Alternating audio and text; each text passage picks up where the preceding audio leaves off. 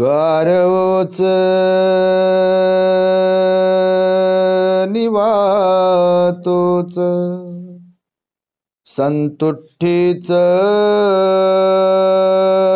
कतन्युता कालेन धम्म सवनं येतं मंगलमुत्तमं।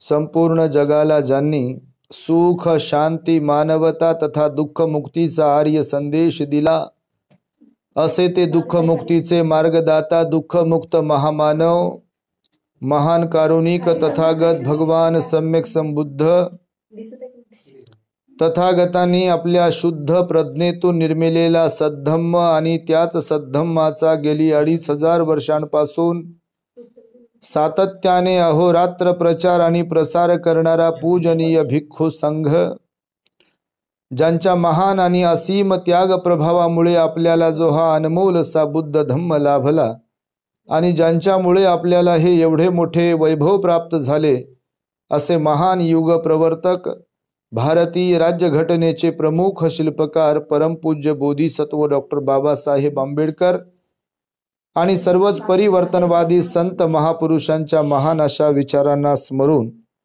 आज या वर्षावास पर्वातील महान मंगलमय दिनी श्रद्धावान धम्म उपासिका विद्याताई मून आणि त्यांचे श्रद्धावान धम्मपती, त्यांचे माता पिता आणि सर्व उपस्थित जन हो,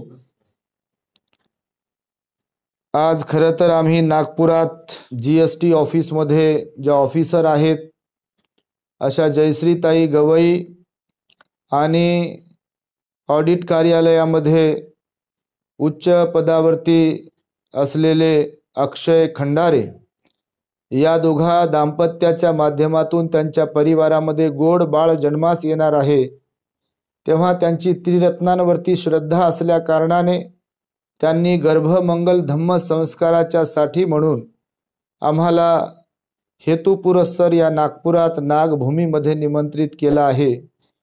परंतु आम्ही धम्मप्रचारार्थ जेव्हा इकडे तिकडे जात असतो तेव्हा स्टेटस ठेवत असतो किंवा यूट्यूबच्या माध्यमातून फेसबुकच्या माध्यमातून लोकांच्या माहितीस्तव टाकत असतो की आम्ही अमक्या अमक्या ठिकाणी धम्म दौऱ्यासाठी येत आहोत।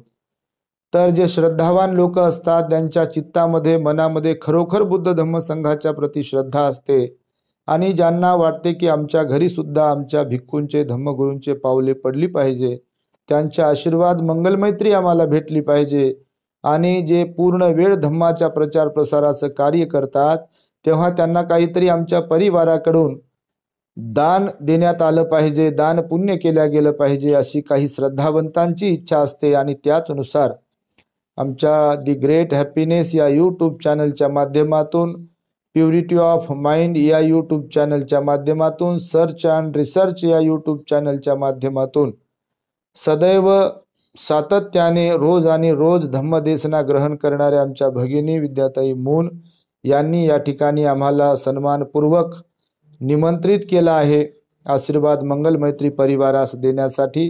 तेव्हा या प्रसंगी उपस्थित असलेले प्युरिटी ऑफ माइंड या यूट्यूब चॅनलचे संचालक आमचे धम्मबंधू पूजनीय भिक्खू धम्मबोधीजी थेरो, तद्वतच सर्च रिसर्च या यूट्यूब चॅनलचे संचालक असलेले आमचे दुसरे धम्मबंधू पूजनीय भिक्खू यन धम्मानंदजी थेरो या ठिकाणी उपस्थित आहेत। आणि आपल्या या गावाचं नाव काय?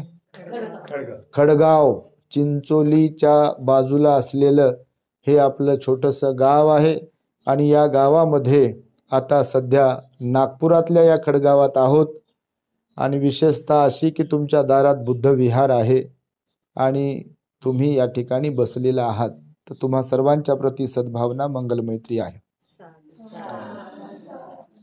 ताईंची फार इच्छा होती, फोनवर जेव्हा बोलल्या तेव्हा त्यांना तर काही विश्वास नव्हता की आम्ही येऊ की नाही, ते खरोखरच एवढं शेड्यूल बिझी आहे। काही लोक फार श्रद्धावान असतात, हेतुपुरस्सर बोलवतात, काही लोक श्रद्धावान असतात, काही लोक अश्रद्धावान असतात, काही लोक पुण्यवान असतात, काही लोक पुण्यवान नसतात।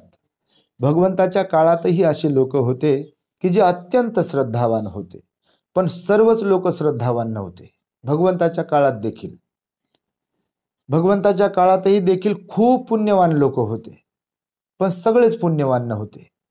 भगवंताच्या काळातही खूप दानशूर लोक होते, पण सगळेच दानशूर नव्हते. भगवंताच्या काळातही धम्माचं आचरण करणारे खूप लोक होते, पण सगळेच धम्माचं आचरण करणारे नव्हते. आपण जर बौद्ध साहित्य पाहिलं तर भगवान श्रावस्तीमध्ये बघा 25-26 वर्ष राहिले भगवान, आणि राजगृहाला राहिले, बऱ्याच ठिकाणी राहिले, सगळीकडे भ्रमंती केली भगवंताने. 45 वर्ष फिरत राहिले, बहुजन हिताय बहुजन सुखाय. पण त्या दरम्यान सगळ्याच लोकांना भगवंताचं दर्शन झालेलं असेल असं वाटते का तुम्हाला? काही ठिकाणी जिथे जिथे भगवान राहिले ना, तर सगळेच लोक विहारात जात नव्हते, सगळेच लोक भगवंताला भिक्खू संघाला दान देत नव्हते, सगळेच लोक असे हात जोडत नव्हते. भरपूर लोक असेही होते की आपल्याच तोऱ्यात, आपल्यात आयटीत मी मी मी आम्ही आम्ही, मेरे जैसा कोई नहीं असे म्हणणारे तेव्हा लोक होते. तोंड फुगून राहणारे लोक, लोकांना हिनवणारे लोक, यांचं काय खरं, यांना काय येते असा भाव मनामध्ये बाळगणारे लोक, असे लोक सुद्धा होते. आणि प्रसन्न भाव चेहऱ्यावर ठेवून आपली श्रद्धा प्रकट करणारे ही लोक होते. तर भगवान म्हणतात ते लोक श्रद्धावान होते की ज्यांना ज्यांना खऱ्या अर्थाने बुद्धाचं, धम्माचं, संघाचं दर्शन लाभ झाला, नाही का. आणि जे जे लोक भगवान आपल्या विहारात राहतात, आपल्या नगरात राहतात, शहरात राहतात, हे माहीत असून देखील नको त्या गोष्टींना महत्व देऊन भगवंताकडे न जाणारे जे लोक होते, त्यांची श्रद्धा नव्हती भगवंतावर, त्यांचं तेवढं पुण्य नव्हतं. तेव्हा आपण पुण्यवान आहात सांगण्याचं तात्पर्य की आपल्याकडे भिक्खू संघ आलेला आहे. जीवन अनमोल आहे बघा. सर्व आयांना, मातांना, भगिनींना, भावाला सांगतो मी नेहमी, प्रवचन तर ऐकल्याच जाते, आमचं सर्वत्र प्रवचन ऐकल्या जाते.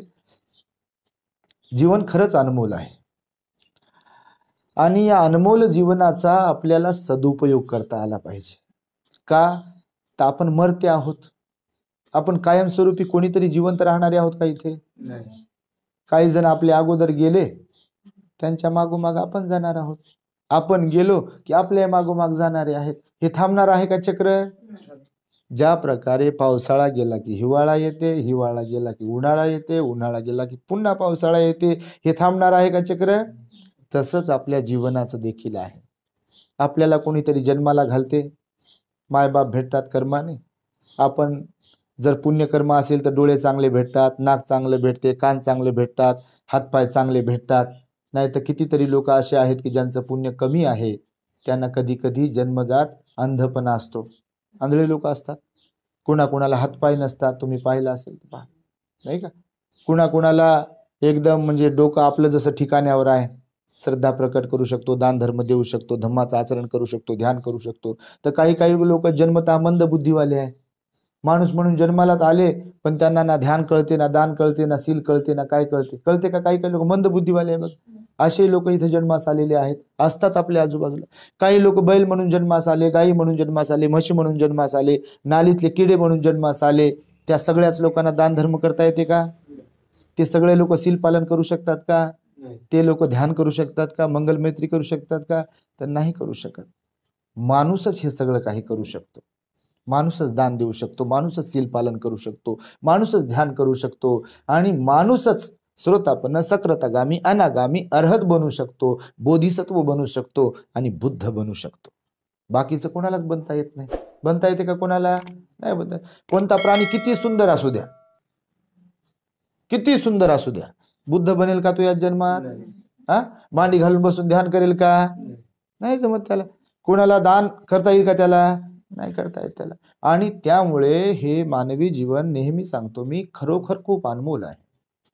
आपलं किती पुण्य आहे हो. भगवंत तर म्हणाले की बा हे दुर्लभपुरीचा जाती, माणसाचा जन्म प्राप्त होणं दुर्लभ आहे म्हणाले भगवान बुद्ध. मनुष्याचा जन्म प्राप्त झाला ना, आपल्याला चांगलं काय वाईट काय हे मनुष्याला समजू शकते, प्राण्यांना थोडी समजते. एखाद्या बैलाच्या समोर हिरवा चारा टाकला काय आणि सुकलेला चाकला काय, ते म्हणते का आपल्यासारखं मी खातच नाही, आता कोण क्या करता देखते? ते म्हणू शकत नाही. ते ते घंटाभर खाणार नाही, 2 घंटे खाणार नाही, दिवसभर खाणार नाही, 2 दिवस खाणार नाही, तिसरा दिवस चौथा दिवस उजडेलच, एक वेळ येईलच की त्याला ते खाल्याशिवाय गत्यंतर नाहीये. त्याला नाल्यातलं पाणी पाजवा, डोबीतलं पाणी पाजवा, डबक्यातलं पाणी पाजवा, तलावातलं पाणी पाजवा, दांड्याचं पाणी पाजवा, तहान लागली की बरोबर पित येते. माणसासारखं थोडी त्याला करता येते की नाही नाही हे पाणी पिणार नाही, नाही नाही हे खाणार नाही, नाही नाही इथे करणार नाही, ते काय जे काही असेल ते. आणि म्हणून मनुष्याचा जन्म हा दुर्लभ आहे आणि आयुष्य फार छोटं आहे. बघा तुम्हाला सांग, आता तुम्ही जर पाहिलं तर मरणाऱ्या लोकांची संख्या खूप जास्त आहे. तरुणपणात जातात, आईच्या गर्भात असताना बाळ जातात, जन्म झाल्याबरोबर काही बाळ मरतात. आता तुम्ही गृहस्थ आहात हे तुम्ही अनुभवत असाल कधी कधी. ज्यांचं खूप पुण्य आहे ते जास्त आयुष्य प्राप्त करत असतात. ज्यांचं खूप पुण्य आहे त्यांनाच बुद्ध धम्म संघाचा दर्शन लाभ होत असतो. ज्यांचं खूप पुण्य आहे तेच दान पुण्य करू शकतात. ज्यांचं खूप पुण्य आहे तेच शील पालन करू शकतात, पंचशील पालन करू शकतात, उपवास अष्टशिलाचं पालन करू शकतात. ज्यांचं खूप पुण्य आहे तेच ध्यान करू शकतात, मंगल मैत्री करू शकतात. म्हणून मनुष्याने सदैव पुण्यवान बनलं पाहिजे. कुशल चित्ताची अवस्था आपल्याला गाठता आली पाहिजे. चांगले स्वतःला चांगलं बनवता आलं पाहिजे.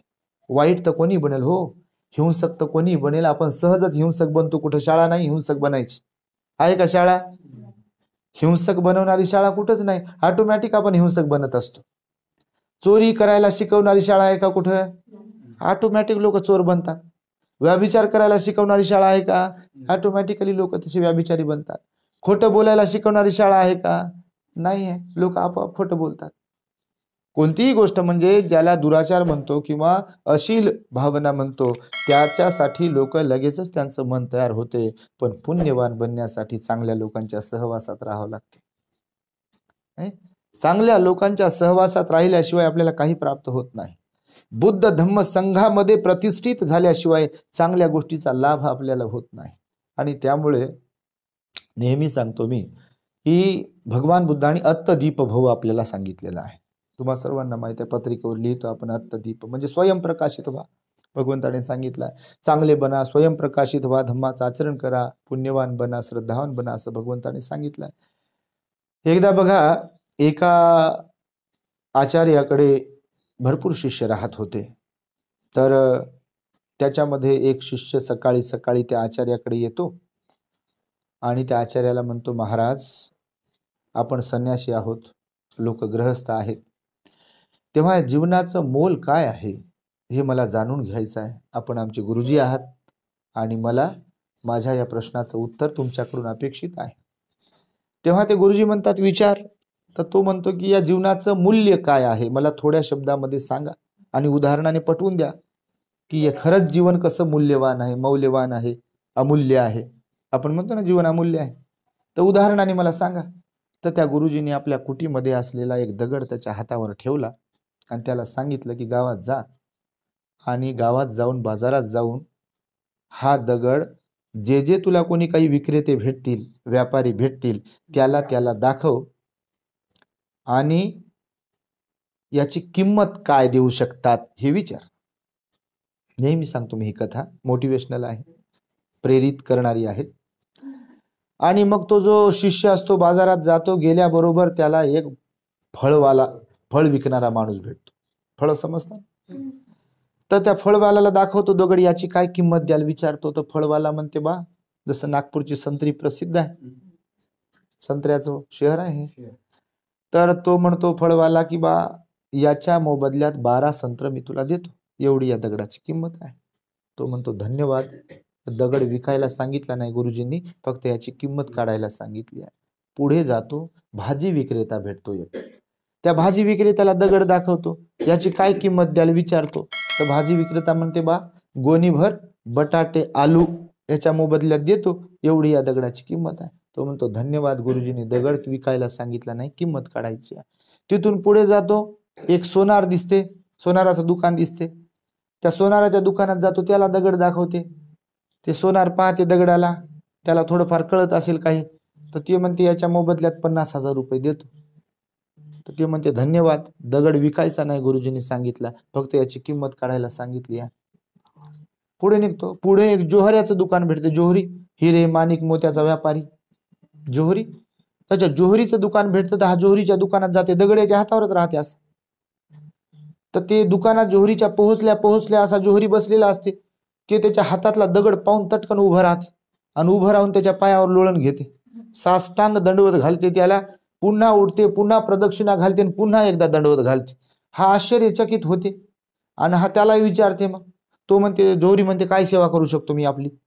तर हा म्हणते, बा या दगडाची किंमत काय द्याल? ते म्हणते, दगडाची किंमत तुम्ही तोंडातून शब्द काढा म्हणते, फक्त त्याच्या किती पण पट जास्त तुम्हाला याची किंमत देऊ शकतो मी. हा दगड अनमोल आहे म्हणते, अमूल्य आहे हा दगड, आणि म्हणून मी तुम्हाला प्रथम दर्शनी साष्टांग दंडवत घातला. तो दंडवत त्याला होता म्हणते ज्याच्याकडून तुम्हाला हा दगड प्राप्त झाला, आणि दुसऱ्यांदा जो दंडवत घातला मी, नमस्कार केला, तो तुम्हाला आहे म्हणे, कारण तुमच्या हातात हा दगड अमूल्य दगड आहे, हा दगड मूल्यवान आहे. आणि म्हणून तुम्ही जेवढी काही किंमत काढाल, शब्द काढाल, त्या किमतीच्या 100 पट जास्त त्याची किंमत देऊ शकतो. तुम्ही मग 10,000 म्हणा का 50,000 म्हणा का लाखभर म्हणा, किती पण म्हणा, तुम्ही तुमचा शब्द काढा. हा आश्चर्यचकित होतो आणि मनोमन विचार करतो. मी सर्वप्रथम त्या फळवाल्याकडे गेलो, तो म्हणते बा 10-12 संत्र देतो, एवढी किंमत आहे. त्यानंतर त्या भाजी विक्रेत्याकडे गेलो तर तो म्हणते बा 1 गोणी भर बटाटे देतो, आलू देतो. सोनाराकडे गेलो तर ते म्हणते 50,000 रुपये देतो. आणि हा जोहरी तर म्हणते, बाबा ह्या मूल्यवान आहे, तू 1 लाख सांग म्हणते, मी 1 कोटी देतो. असं काय दगडामध्ये आहे? दगड तर तोच आहे, माणूस पण तर मीच आहे, आणि मीच फिरतो इकडे तिकडे. तर मग ते म्हणते, बा धन्यवाद त्याला, पण गुरुजींनी दगड विकायला सांगितला नाही, याची किंमत काढायची आहे. आणि सरळ मग त्या आश्रमामध्ये गुरुजीकडे जातो. मग गुरुजीकडे जाऊन गुरुजीला पुन्हा नमस्कार करतो, वंदन करतो, आणि पुन्हा गुरुजीला तोच प्रश्न विचारतो. गुरुजी त्याला विचारतात, आला जाऊन? हो गुरुजी. तर मग पुन्हा गुरुजीला म्हणतो की तुम्हाला प्रश्न विचारला होता, त्याचं उत्तर मला पाहिजे गुरुजी. गुरुजी म्हणतात, ठीक आहे, तर तू गावामध्ये गेला होता, बाजारात गेला होता? तर ती म्हणते, हो. कशासाठी पाठवलं होतं तुला? तर ते म्हणते, या दगडाची किंमत काढायला पाठवलं होतं म्हणते. तर ते काय घडलं तिथे ते मला सांग म्हणते अगोदर. तर मग हे सांगते आता जे घडलं ते. फळवाल्याकडून काय ऐकायला मिळालं, भाजी विक्रेत्याकडून काय ऐकायला मिळालं, सोनाराकडून काय ऐकायला मिळालं, आणि जोहरीकडून काय ऐकायला मिळालं ते. मग ते गुरुजी म्हणतात की बघ, जीवन हे सारखंच आहे. हे जे जीवन जगतोय ना आपण, हे जे माणसं जन्माला येतात, सगळ्या या पृथ्वी तलावर माणसं जेवढे आहेत, ते सगळे जे जन्माला येतात, ते जन्मतः सारखेच जन्माला येतात. सारखेच म्हणजे कसे की थोड्याफार फरकाने, फक्त कोणी काळा आहे तर कोणी गोरा आहे, कोणाची उंची कमी आहे तर कोणाची जास्त आहे, कोणी जास्त बुद्धिवान आहे तर कोणी कमी बुद्धिवान आहे, कोणी धार्मिक आहे तर कोणी अधार्मिक आहे, कोणी दानी आहे तर कोणी कंजूस आहे. फरक एवढाच आहे फक्त.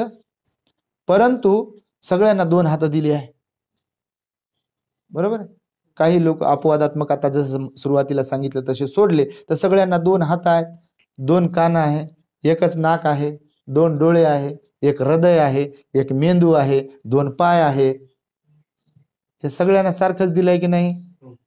तरी सुद्धा देखील इथे कोणीतरी पूर्ण मेहनत करून, बुद्धीचा वापर करून, सुस्वभावी बनून, दानशूर बनून, शीलवान बनून, ध्यानी बनून, परोपकारी बनून या जीवनाचं सोनं करते आणि बोधिसत्व बनते.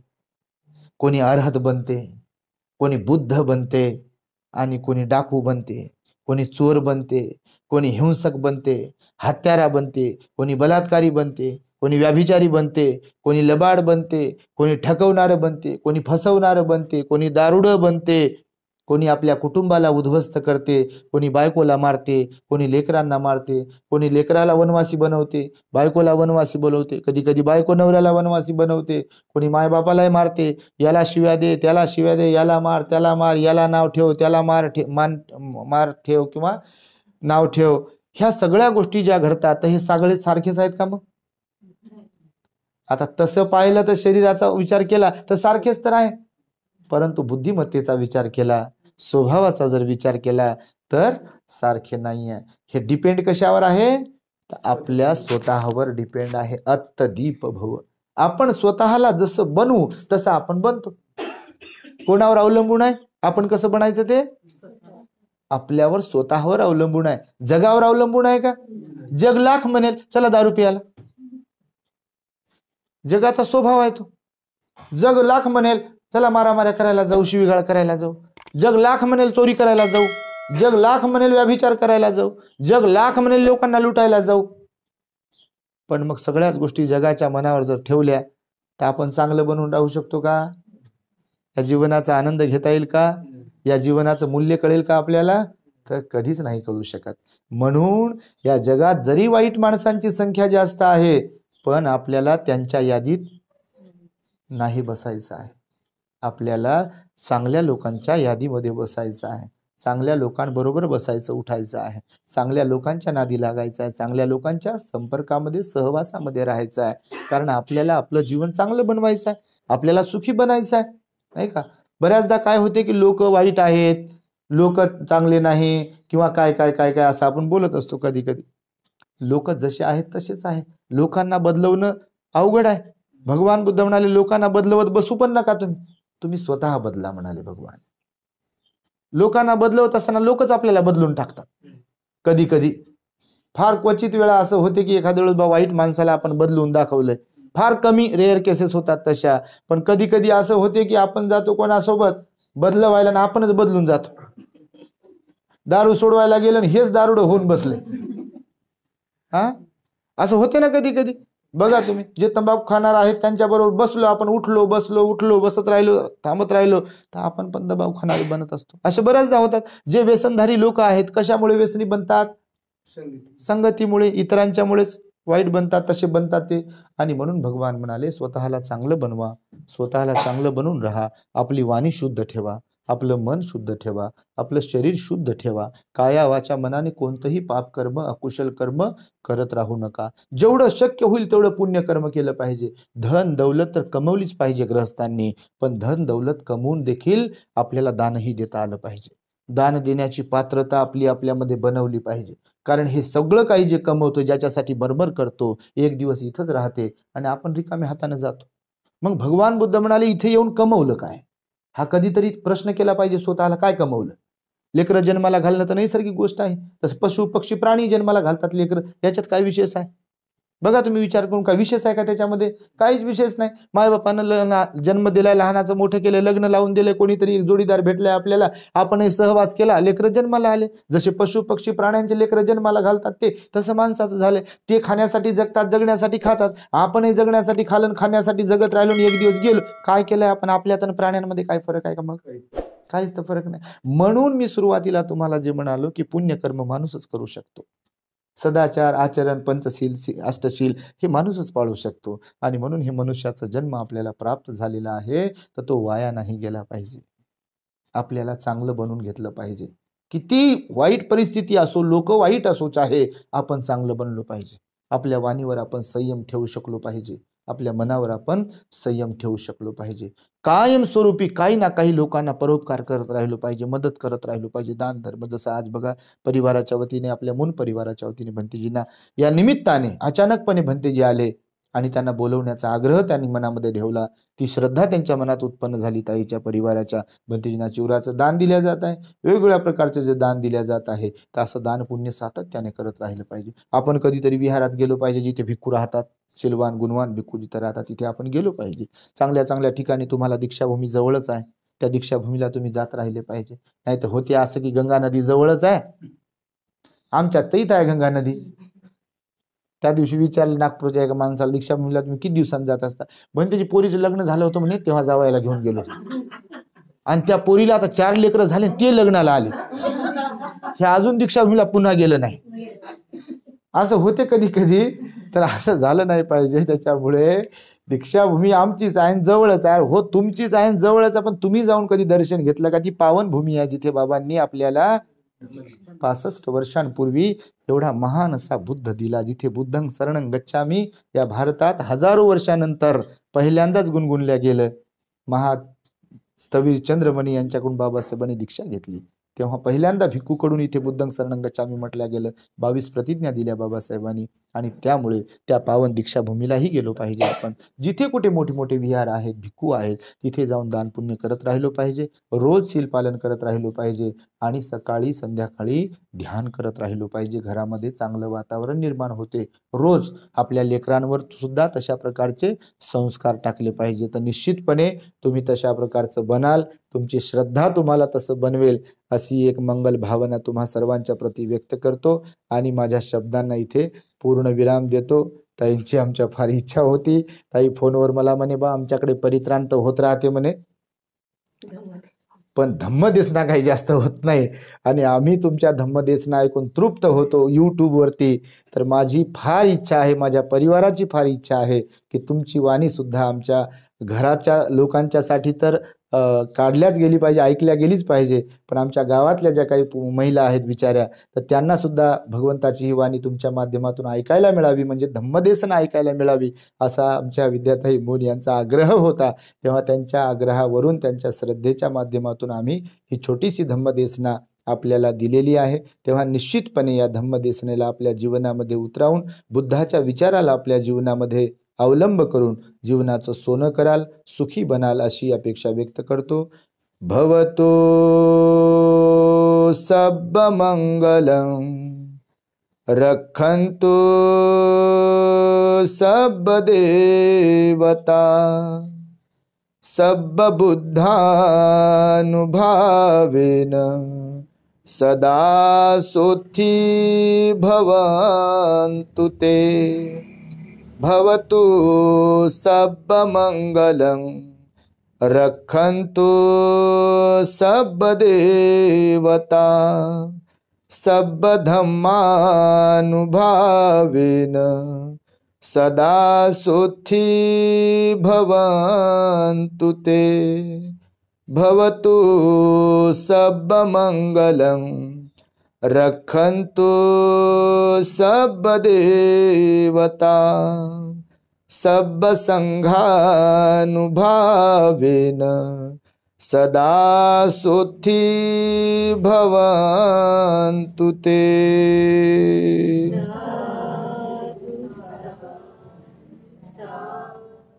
बुद्धं नमामि, धम्मं नमामि, संघं नमामि. सर्वांचं मंगल हो, सर्वांचं कल्याण हो.